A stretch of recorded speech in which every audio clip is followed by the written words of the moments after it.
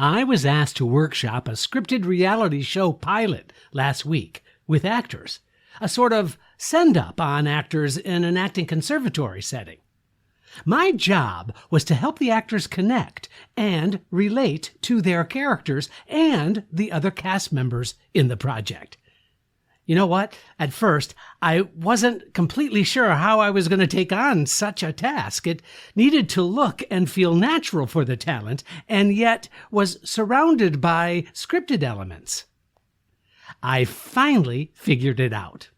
A skill that every actor can really use no matter what. We're going to look at this often underused technique that can make surprising impacts on your acting. Improvise and Realize on this episode of Casting Actors Cast.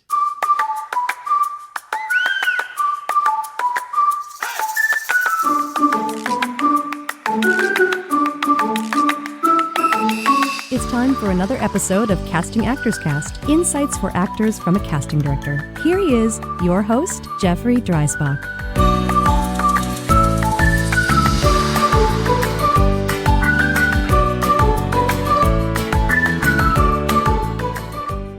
Well, hello, and welcome to today's episode of Casting Actors Cast. I'm Jeffrey Dreisbach. I'm a casting partner with McCorkle Casting in New York. How are you?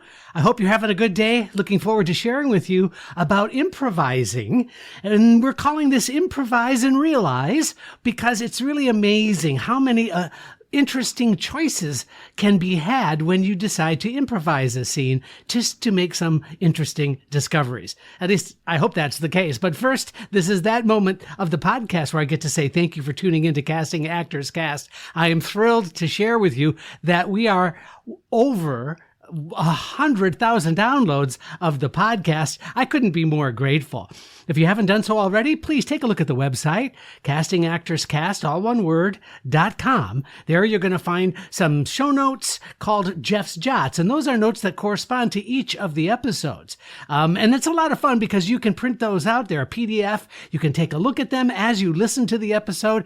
Kind of a cheat sheet, or really healthy and useful, I think, at least, reminders of some of the things that we talk about on the podcast. So you can help yourself to that. Now, on the landing page, when you go to the website, there's a form that says dive into the talent pool. And when you do that, it opens up a new screen. And in that new screen, you can find freebies. A freebie number one would be a book that I wrote on doing voiceover work called Conversation Pieces Out of the Studio.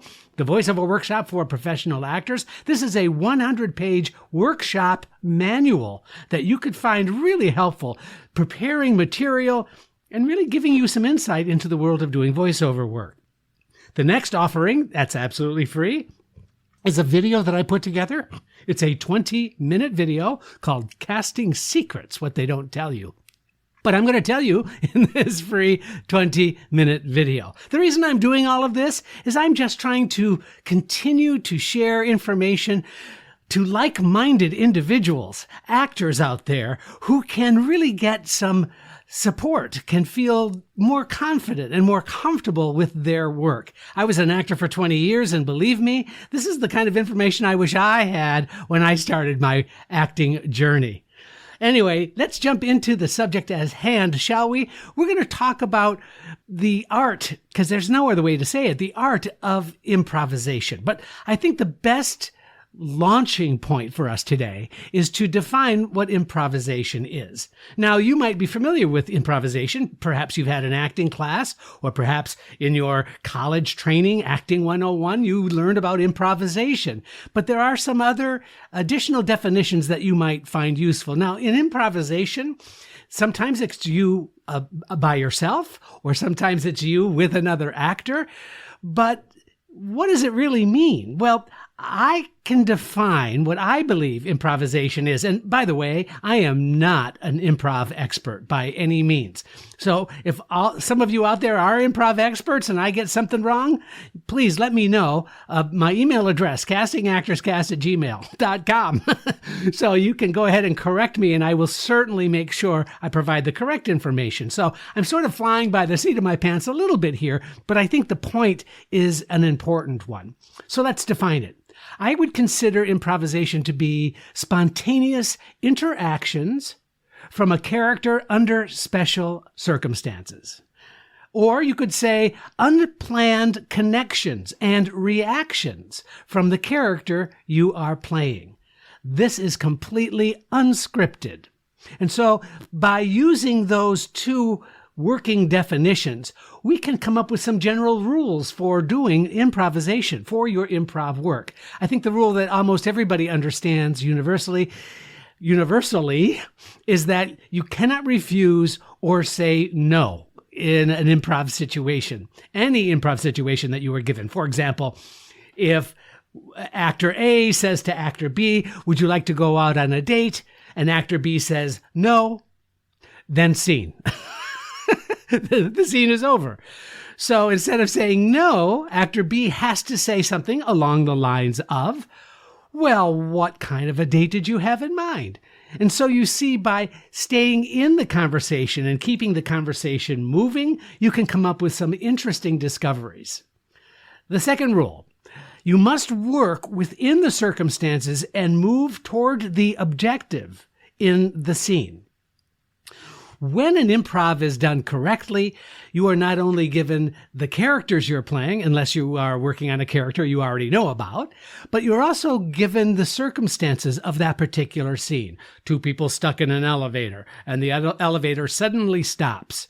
And you are a businessman, and you are a business owner trying to look for a loan from the man that you are standing in the elevator with, and go. So once you have the objective, once you have the circumstances, that sort of fleshes out. Now you have to continue to work within those circumstances.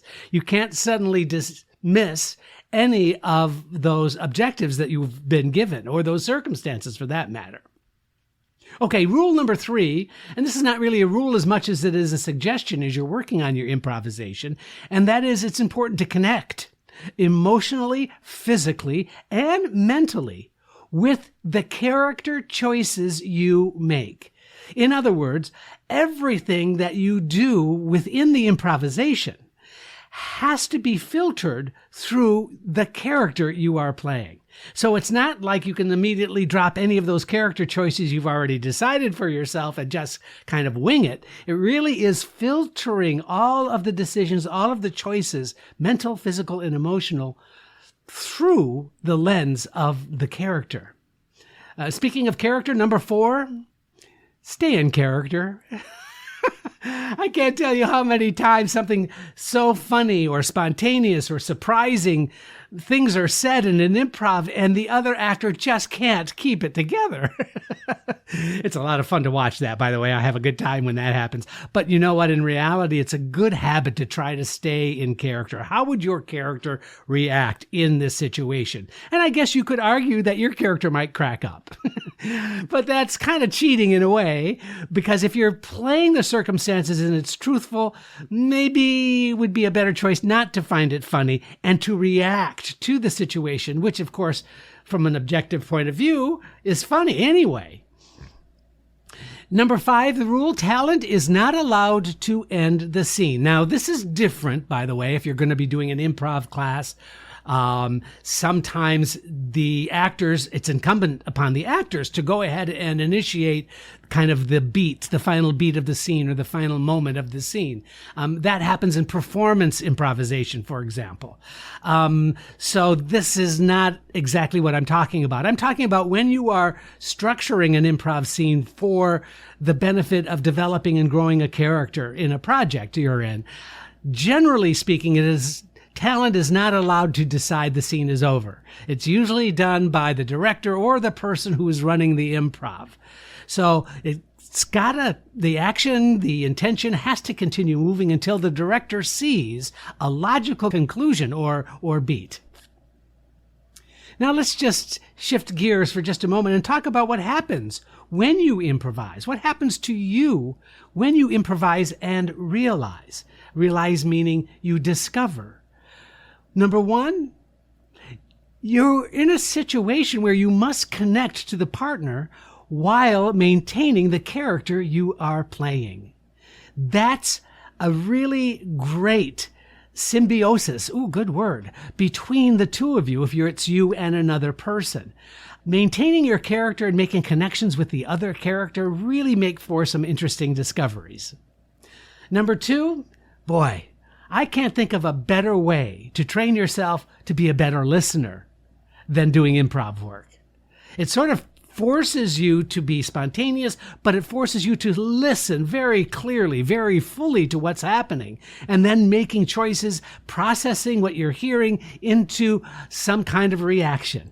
And, you've heard this before, that acting is more than half listening. I kind of agree with that, but this is a great way to really train yourself to be a good listener, whether it's scripted material or not, whether you're doing a commercial or something else. When you improv, you are really keyed into your own good listening. Number 3, what I love about the improv situation and what actors really get out of it is it helps to define real moments. And those moments can be filed away for your actor memory. Those moments of creativity that happen between you and the other character can be something you file away and you can use. You can use it when you're going back to more scripted type material, but you can really kind of gauge and take your own temperature. But I guess I said it already, cataloging those moments can really be an effective way to start developing more confidence in your acting. And if it's confident, it's absolutely much more interesting to watch, I can promise you. Number 4, surprising and spontaneous qualities actually produce unexpected results. You see, when you're in an improv and you're fully engaged in that, there are all kinds of unexpected reactions that might take place. Something that you might not have expected, something that actually surprises you. And when that happens, that can really make an amazing connection for your character. I've said this before, is the thing that I would probably criticize, and I don't want to use the word criticize too harshly here, but the thing that I would evaluate a lot is whether or not any given scene, scripted or not, feels unexpected, feels like there are surprises. When the actor surprises themselves in a scene with a character choice that was not thought of, was not pre-planned, that becomes very exciting to see. So you see, as we move through some of these positive elements of why improv can be so useful, things like your objective, the goal, subtext, all of the nuance that your characters can develop are key features when done well. So let's talk about when you improvise and realize. What happens to you? The discovery of interesting choices become really, really clear. Number 2, fear of the unexpected creates heightened awareness and specific energy. That's really appealing, I have to say. Number 3, adds dimension and layers to your character and informs your relationships to the other in the scene. Number 4, it removes your structural choices, provides creative confidence, and now you are in a better place for making interesting discoveries about the character you're playing when you're acting. And number 5, guess what? It's just plain fun, isn't it? If you've done improv or you remember when you were in school and did improvisation, how much fun that was. It was not easy either. It can be really challenging to have to think on your feet. Plus you're in front of other people, and it's really, there's a kind of there is some definite performance anxiety that goes on in an improv, and it's that dangerous quality of improvisation that actually makes it really fun. If you can embrace that, that is awesome. So you can find all kinds of amazing choices when you improvise. So finding spontaneity with your acting is critical for your professional life. You can use the tools of improvisation in every future role to great effect. More and more professional environments rely on and expect actors to have the ability to improvise and Realize. So if you haven't thought of already something to do, especially during this trying time that we're in, consider taking an improv class, improvisation for commercials, or just learning the structure of an improvisational workshop can help you develop and grow into the actor that you want to be: fun, creative, spontaneous, interesting. I'm Jeffrey Dreisbach, and this is Casting Actors Cast. Thanks for listening. Please don't forget to review, like, and share Casting Actors Cast wherever you get your podcast videos. Thanks. I'm Megan Grace Martinez.